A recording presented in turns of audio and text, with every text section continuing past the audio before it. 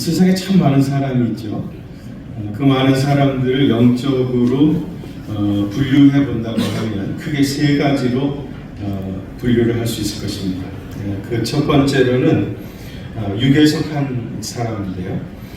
헬라어로 얘기하면 푸시코스라고 합니다. 육체를 푸시케 그렇게 말하거든요. 푸시케에 속한 사람, 푸시코스라 그렇게 얘기하는데요. 영어로 얘기하면 the man without the spirit, 성령님이 없는 사람입니다.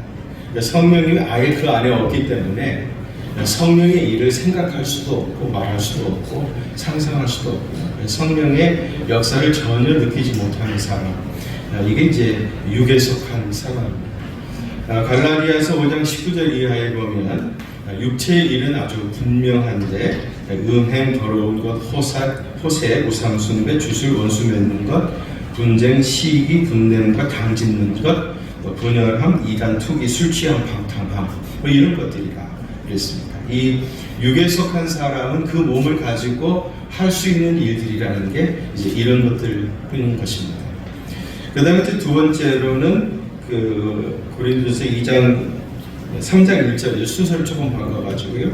육신에 속한 사람입니다. 처음에는 육에 속한 사람이고요. 두 번째로는 육신에 속한 사람인데요. 헬라어로 얘기하면 사르키코스라고 합니다. 우리 몸을 사르키라고 하거든요. 몸에 속한 사람, 사르키코스. 이 사르키코스는요, 성령을 받아들이긴 했어요. 성령님이 그 안에 임재해 계시지만은 영적으로 아직 어린아이, 성숙하지 못한 그리스도인들, 이런 사람을 이제 사르키코스라 그렇게 얘기합니다. 제가 전에 어디 이제 지하철을 타고 가다 보니까 다리가 아프더라고요. 가만히 보면은 저 사람 내릴 것 같다, 그런 사람들이 좀 눈에 보이잖아요. 그래가지고 저 사람 내리면 가서 앉으려고 그 앞에 이렇게 기다리고 있었습니다. 근데 그 사람이 딱 일어나가지고 내가 앉으려고 하는 순간에 어떤 등치 좀 있는 아주머니가 확 저를 밀고 가더니 거의 탁 앉아요. 거기까지는 있을 수 있죠. 근데 이분이 좀 미안했는지 못쓰겠는지 앉아가지고 주님 감사합니다 그랬더니 권사님이셨나봐요. 그래서 그 순간에 저분은 감사한 줄 모르는 난 뭐냐, 하나님 나는 어떻게 된 겁니까? 제가 그렇게 생각했는데 예수 믿는 사람이라고 하지만 아직 성숙하지 못한 그런 사람들도 얼마든지 있죠. 그리고 이제 세 번째가 영에 속한 사람입니다. 영을 푸뉴마라고 하거든요. 그래서 푸뉴마티코스 그렇게 얘기하는데요. 영에 속한 사람, 영어로 얘기하면 the man with the spirit, 성령과 함께하는 사람, 영에 속한 사람입니다. 늘 성령의 임재를 깨닫고 성령의 인도하심을 예민하게 느끼면서 성령님과 동행하는 사람이죠. 갈라디아서 5장 22절에 보면은 오직 성령의 열매는 그랬어요. 성령님이 맺으시는 열매입니다. 사람들이 맺어야 할 인간의 열매가 아니라 분명히 거기 오직 성령의 열매는, 성령님께서 맺으시는 열매는 사랑, 희락, 화평, 오래 참음, 자비, 양성, 충성, 온유, 절제라. 이게 9가지가 성령님의 열매죠.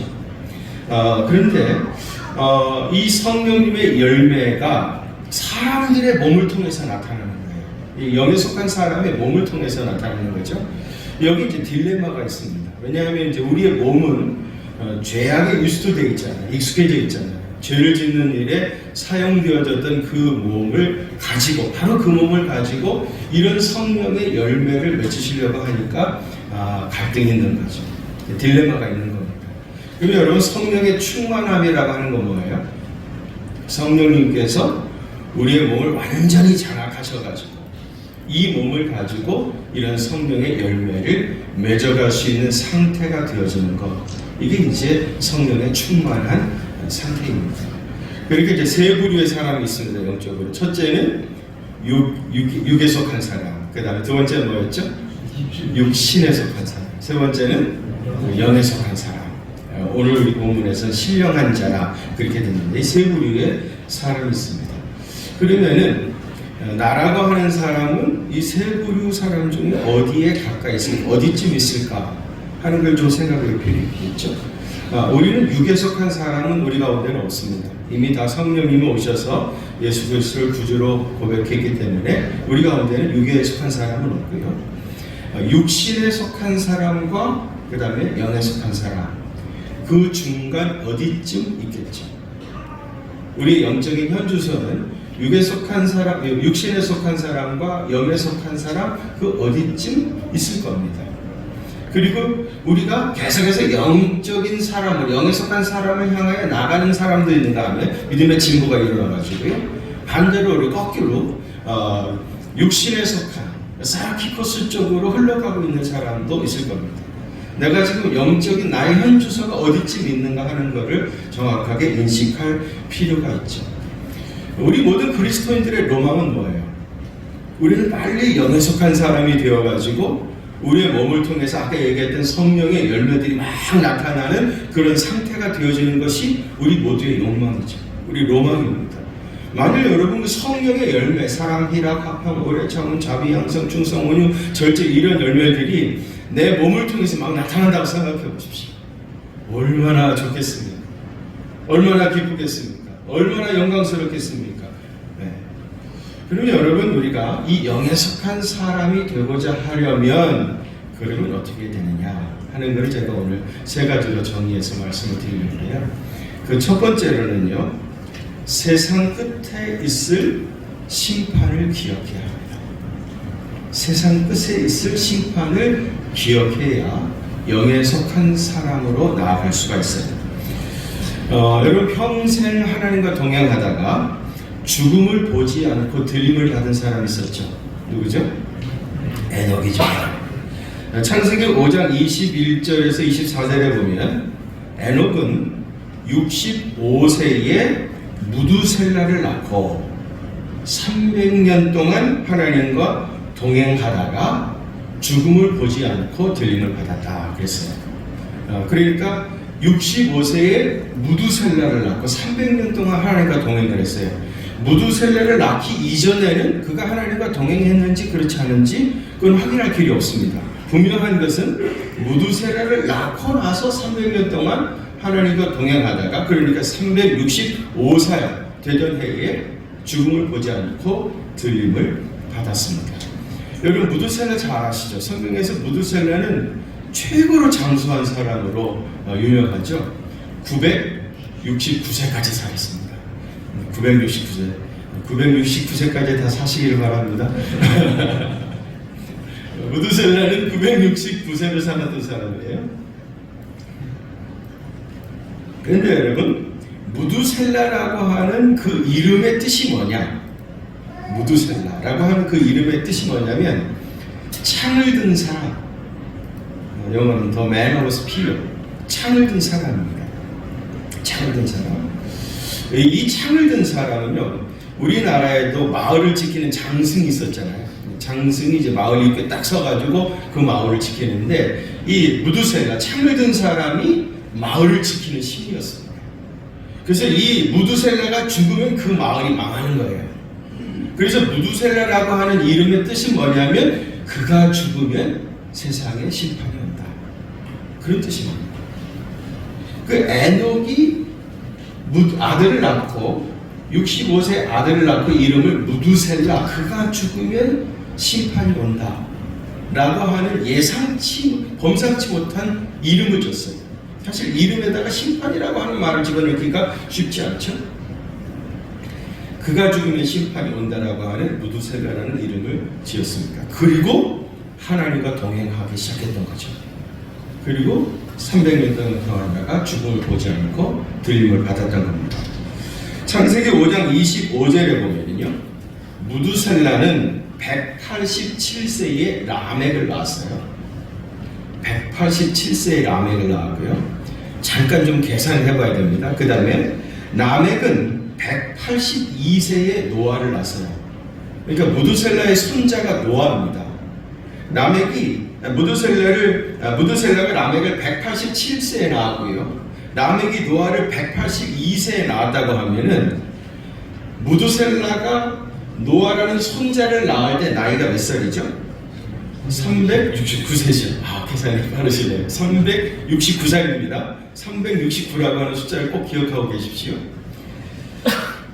창세기 7장 11절에 보면 노아가 600세 되던 해 2월 17일 날 홍수가 쏟아지기 시작해요.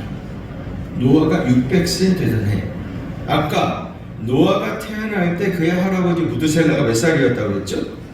369세. 노아가 600세 됐습니다. 그럼 할아버지 무드셀라는 몇 살이에요? 969세죠. 무드셀라가 몇 살까지 살았다고 그랬죠? 969살까지 살았습니다. 노아의 홍수 직전에 무드셀라가 죽었어요. 그가 죽으면 심판이 온다 그랬는데 정말로 무드셀라가 죽고 그리고 물로 세상을 심판하는 하나님의 심판이 시작이 되었습니다. 에녹이 무드셀라를 낳고 300년 동안 하나님과 동행하다가 죽음을 보지 않고 들림을 받았는데 에녹이 하나님과 동행할 수 있었던 이유가 뭡니까? 늘 세상 끝에 있을 심판을 생각했던 거예요. 그가 죽으면 세상의 심판이 온다. 그가 죽으면 세상의 심판이 온다. 세상 끝에 있을 심판을 생각했기 때문에 에녹은 하나님과 동행할 수 있었던 겁니다. 여러분, 신앙으로 산다라고 하는 것은요, 끝을 생각하고 현재를 살아가는 겁니다. 세상에 많은 사람들이 현재 이 순간을 쭉 살아가다가 어느 순간에 갑자기 다가오는 죽음을 맞이하는데 우리 신앙인은 뭡니까? 늘 먼저 끝을 생각하고 그리고 현재를 살아가는 거예요. 이 끝이라고 하는 시점에서 봤을 때 현재라고 하는 이 시간, 이것이 어떤 의미를 지니는지를 늘 생각하면서 살아갑니다. 그렇게 살아가는 것이 에녹과 같이 하나님과 동행하는 삶을 살아가는 것이고요. 이렇게 그래야 우리가 영에 속한 사람이 될 수 있습니다. 히브리서 9장 27절에 한 번 죽는 것은 사람에게 정해진 것이요 그 후에는 뭐가 있다고 했죠? 심판이 있다고 했어요. 언젠가 우리도 죽음을 맞이하겠죠. 그때 여러분, 주님 앞에 우리가 섰을 때에 주님이 뭘 물어보시겠습니까? 너는 어느 대학 나왔냐? 너는 돈을 얼마나 많이 벌었냐? 너는 회사를 1년 매출이 몇백억이나 되었느냐? 뭐 그런 거 물어보시겠습니까? 난 너를 위하여 피 흘려 죽었는데 넌 나를 위해서 무엇을 했느냐? 그거 묻지 않겠습니까? 여러분, 우리 주님 앞에 서게 되어지는 그 순간을 준비하고 대답할 말을 준비하면서 살아가야 돼요. 제가 한 달 반 전쯤에 우리 교인들하고 방글라데시에 다녀왔습니다. 저희 교회는 뭐 그렇게 큰 교회는 아니지만 그래도 이제 해외 선교지에 예배당 건축하는 일을 아주 많이 하고 있습니다. 요번에 방글라데시에 가서도 3개 교회를 헌당했는데요. 지금까지 33개 나라에 136개 교회를 헌당을 했습니다. 그 정도에 누구나 다 하는 건가요? 작은 일이 아니죠. 136개의 교회를 헌당하고 지금도 한 10개 이상 건축 중에 있고요. 다 개인들이 하는 겁니다. 한 3천만 원 정도 헌금해가지고 선교지 예배당을 건축하는데 헌당 예배 갈 때 이제 헌금하신 분들을 모시고 가요. 가면 큰 은혜와 감동을 받고 이구동성으로 하는 말씀이 뭐냐면 이제야 내가 주님 앞에 서서 대답할 말이 생긴 것 같습니다. 이제야 주님 앞에 대답할 말을 준비한 것 같습니다. 그런 고백을 해요.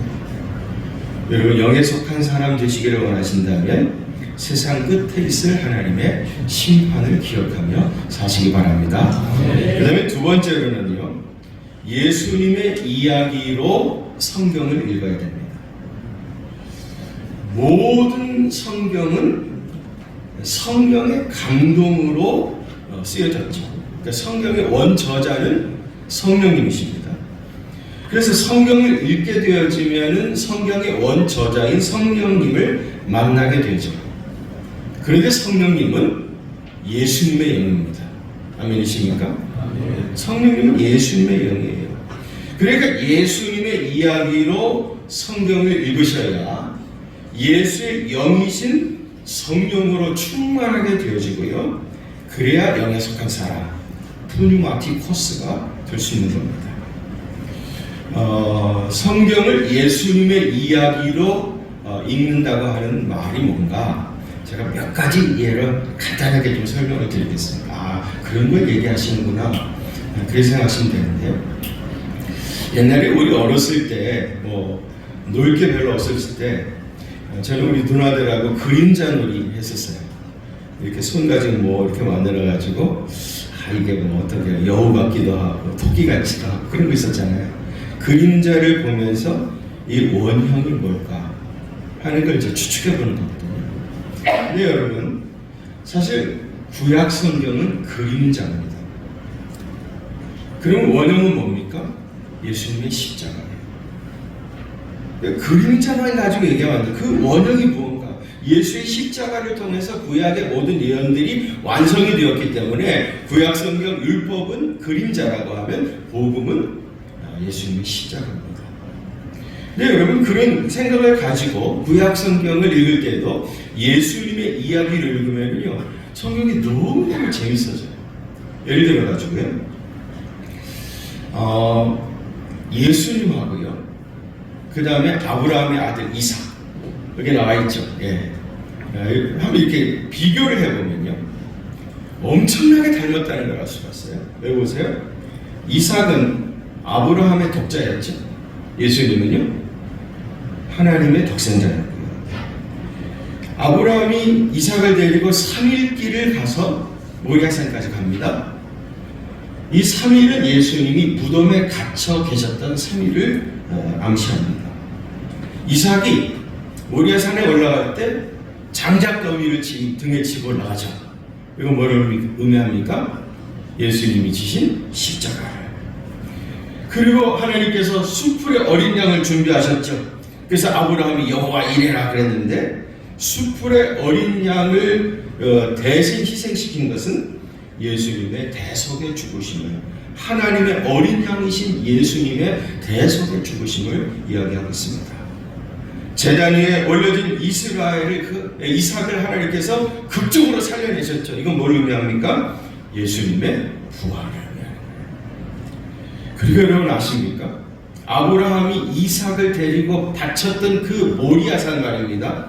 이 모리아산이 신약시대의 갈보리산입니다. 같은 산입니다.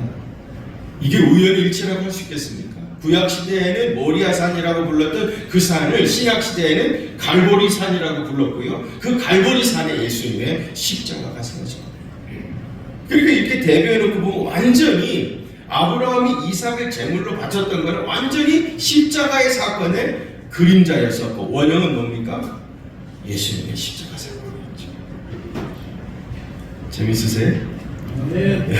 하나만 더 해볼까요? 예수님과 가장 닮은 꼴을 살았던 사람이 누구냐 하면 요셉입니다. 요셉은 은 20냥에 미디안 상인에게 팔렸어요. 예수님은 은 30냥에 가룟 유다에게 팔렸어요. 왜 20냥이 30냥 됐습니까? 물가가 많이 올라서 나왔습니다. 그리고 요셉은 형제들에 의해서 이방인에게 팔리죠. 예수님은 동족 유대인에게 붙잡혀가지고 이방인 빌라도에게 넘겨줍니다. 요셉은 30세에 총리가 되어져요. 예수님은 30세에 공생애를 시작했습니다. 요셉은 보디발의 아내의 유혹을 물리칩니다. 예수님은 광야에서 마귀의 시험을 물리치셨습니다. 요셉은 노예로 팔려 종살이와 감옥 생활 끝에 그가 뭐가 돼요? 총리가 되어지죠. 예수님은 마구간에 태어나셔서 가장 낮아지시고 십자가를 지시고 죽으시고 부활하심으로 만왕의 왕이 되신 겁니다.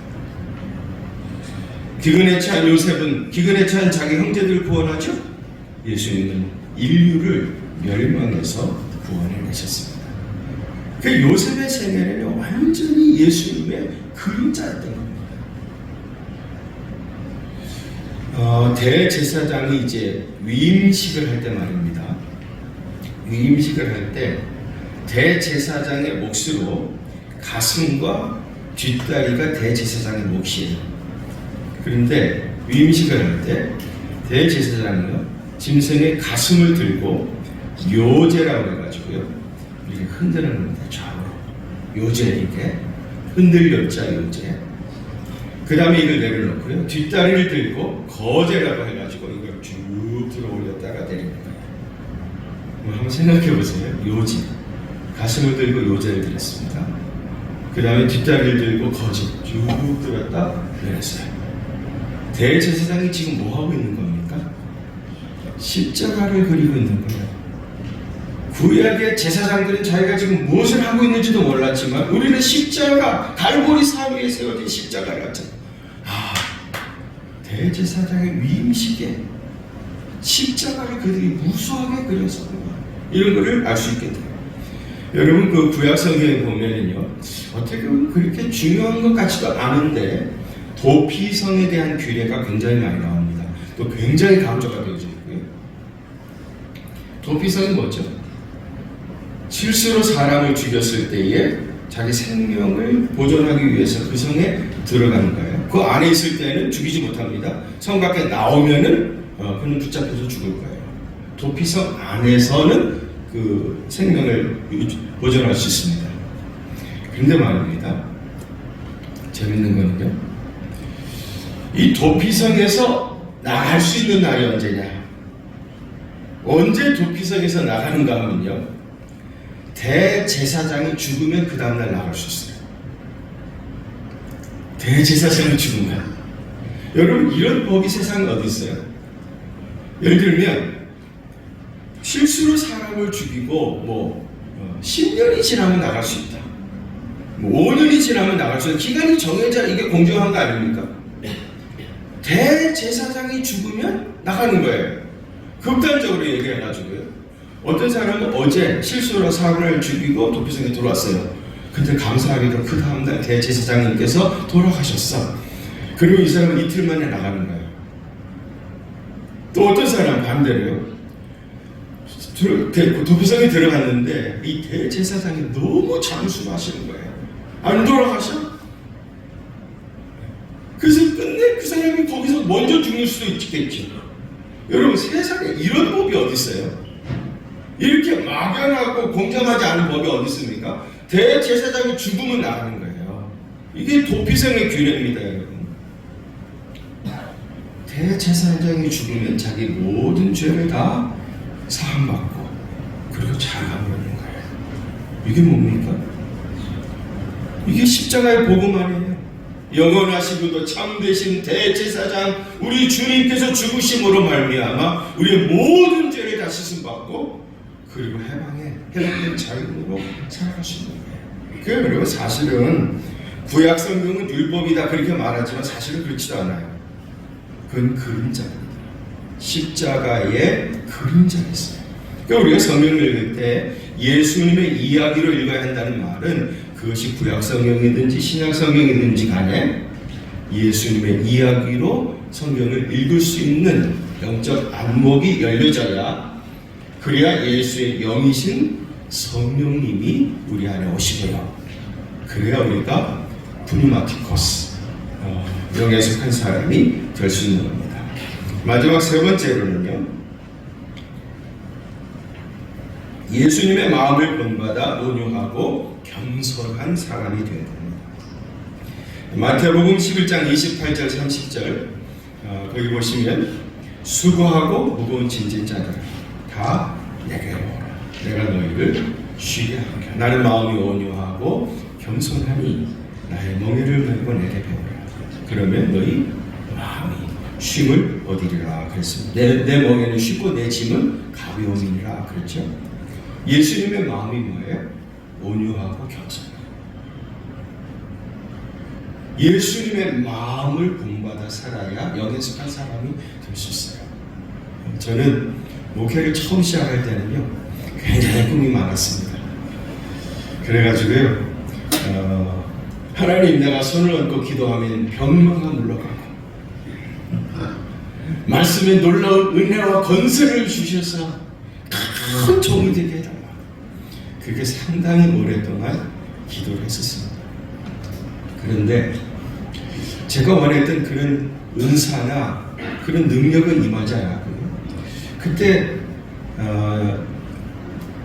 영락교회 그 한경직 목사님께서 생존에 계실 때에는 저는 한경직 목사님을 가까이서 모실 수 있는 그런 특별한 은혜를 많이 입었어요. 저는 그분을 이렇게 뵈면서, 가까이서 뵈면서 이분의 능력이 어디서부터 오는 것입니까? 많은 사람들이 이분을 그렇게 믿고 따르고 존경하는 그 진정한 힘이 어디서 올까? 그런 생각을 많이 했었습니다. 그러다가 제가 새해가 돼가지고 목사님이 남한산성에 계셨는데 제가 세배를 드리러 올라갔습니다.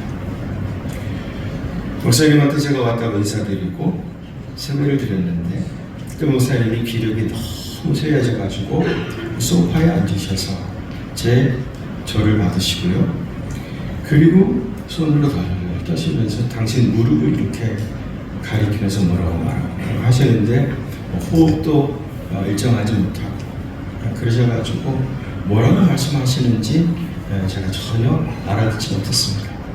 그랬더니 모시고 있었던 장로님이 이제 통역을 해주시는 거예요. 지금 목사님께서 인사를 하셨는데 한 목사님이 다리가 너무 많이 불편하셔가지고 같이 납절하지 못해서 죄송하다고 그러십니다.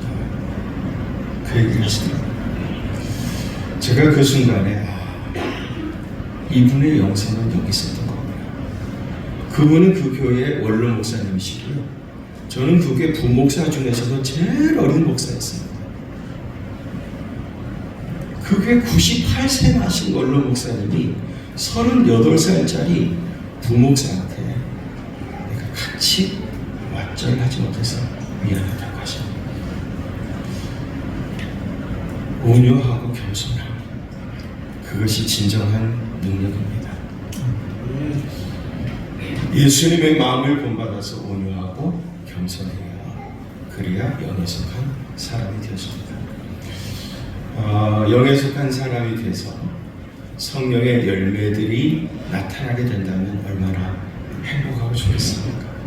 저는 새해에 우리 안양지역 조찬기대 모든 회원들이 다 영에 속한 사람 쪽으로 많이 가셔서 성령의 풍성한 열매들이 여러분들의 몸을 통해서 맺혀진 놀라운 역사가 나타나게 되시기를 간절히 바랍니다.